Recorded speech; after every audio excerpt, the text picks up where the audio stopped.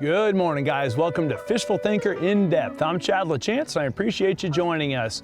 Today's specific show is going to be about one of the unique fisheries on the western slope. It's part of the Rifle Complex. It's Rifle Gap State Park, and we're going to fish Harvey Gap while we're there. So we're going out with a good friend of ours, Connor Foy, and give you what lessons we learned chasing largemouth bass on the western slope of Colorado.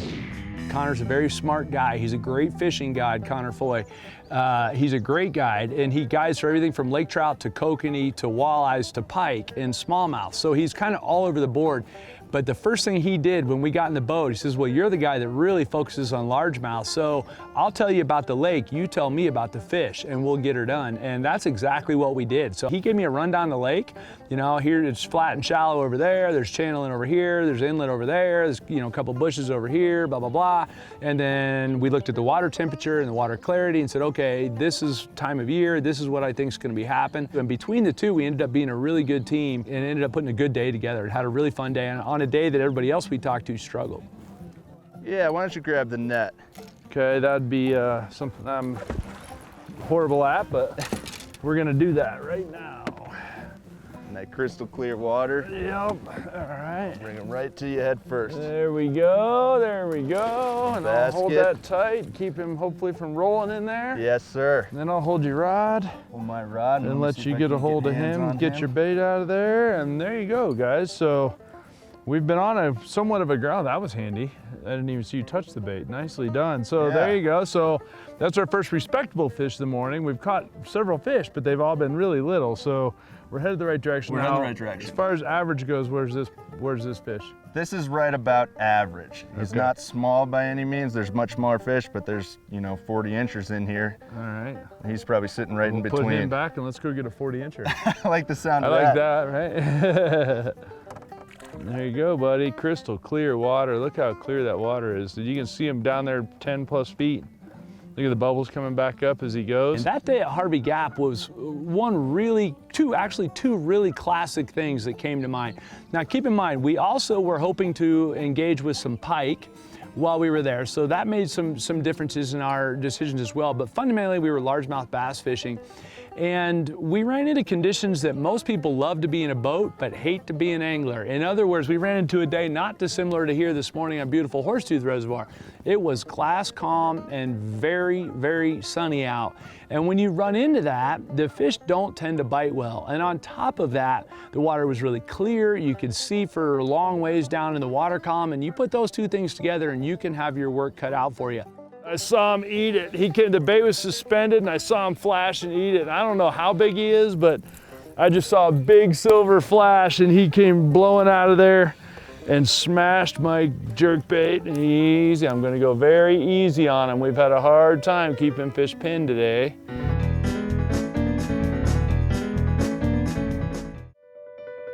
Fishful Thinker is brought to you by Peterson Toyota, Fort Collins, Colorado. Lowrance, find, navigate, dominate. I just saw a big silver flash and he came blowing out of there and smashed my jerk bait. Easy, I'm gonna go very easy on him. We've had a hard time keeping fish pinned today.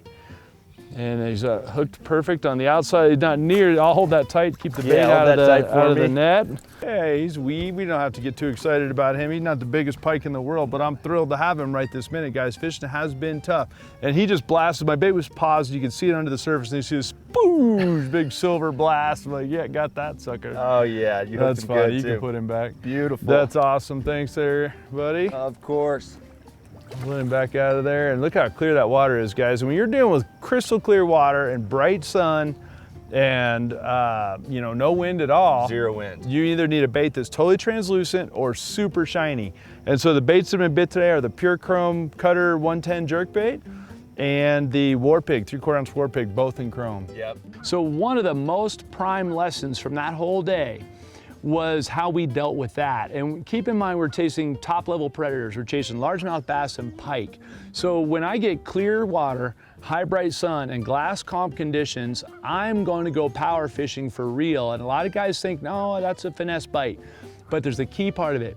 I want the strobe effect. So two of our most successful baits that day, or our two most successful baits that day, were these two baits right here. One is a Berkley War Pig lipless crankbait that's extremely shiny. If you look at how shiny, it's blue over chrome. It'll pick up some of that sun and get a strobe effect. Very, very shiny. That's a pike, and he ate that lipless bait, and I got no leader on it. Oh, he's nice. And it's a good size one. And he got my War Pig, guys. If this fish stays on here, it'll be impressive. Look at the bend in that rod. Oh, he's nice, dude. And he's hooked on the outside of the to get him right away. There you go. Nicely done, Chad. Give me some. That's excellent. On the War Pig, that's a 3/4 ounce Berkley War Pig that I'm yo-yoing. Let's hold him up. No, you got him. You're good. I don't need to hold him. Nope. I've held other people's fish enough, guys. That's a. And that's meatier than that last fish. That's a meatier one. Yep. They get a lot bigger than that still, but I'll take that one all day long. And he smashed that War Pig. Looks like we're on to something. Yeah, he's heading in the right direction. That's a good fish. That's a good fish. Yeah, I'll let you put him back there since you got a hold of him. Pike are one of my favorite fish, guys, and I just don't fish for him that much. Watch, he's gonna take off. The lipless crankbait, we ripped it hard, where I'd rip it up off the bottom and then let it settle and rip it and let it settle and rip it and let it settle. And it would, right when it stalls at the top and rolls over and picks up that sun is when they would stroke it. And if I'd have done a little bit better job of hooking up with fish, I would have put several of them in the boat with that instead of just a couple that we did, because I had a couple that came off, and that was me being behind on my hook set. Just got thumped on the drop on my War Pig. Well, let's see what he is before we worry about netting him. It's a good largemouth, and he jumped off on the side of this point. That was a big largemouth, wasn't it? Back when I shot that show, I was fishing with different tackle, and I think it caused me to miss a hook set or two when it came to yo-yo and the lipless crankbait around. If I'd have stuck all of them that bit this thing, kept them pinned, I'd have really caught them good. But these days in 2020, if I'm going to go buy that same equipment, this is what I'm going to go buy. And so this is a medium heavy powered winch series Abu Garcia Veracity rod. So it's a moderate speed. In other words, it bends clear down in the blank, down in the middle of the blank, which it should for any good crankbait rod, but it's got a lot of power to it. So it's still gonna load up really good, even when the rod's got some bend in it already from jerking the lipless crankbait up off the bottom. That crankbait weighs 3/4 of an ounce, so when I rip it up off the bottom, it loads the rod, but this rod's still got plenty of oomph in the backbone right here to continue on up and get the hook set. The other change for 2020, and this is quickly becoming one of my favorite reels of all time, it's the Abu Garcia Revo EXD. It's made for throwing extra far. So it's all about the spool and the bearings that are in here, and this thing will flat launch a bait. And so when you're trying to cover water like we were like that, being able to throw a bait a long ways is very important, because I can make less casts. My bait's in the water for longer each cast. The other side of it's available in two different gear ratios, a low speed winch version and a high speed version.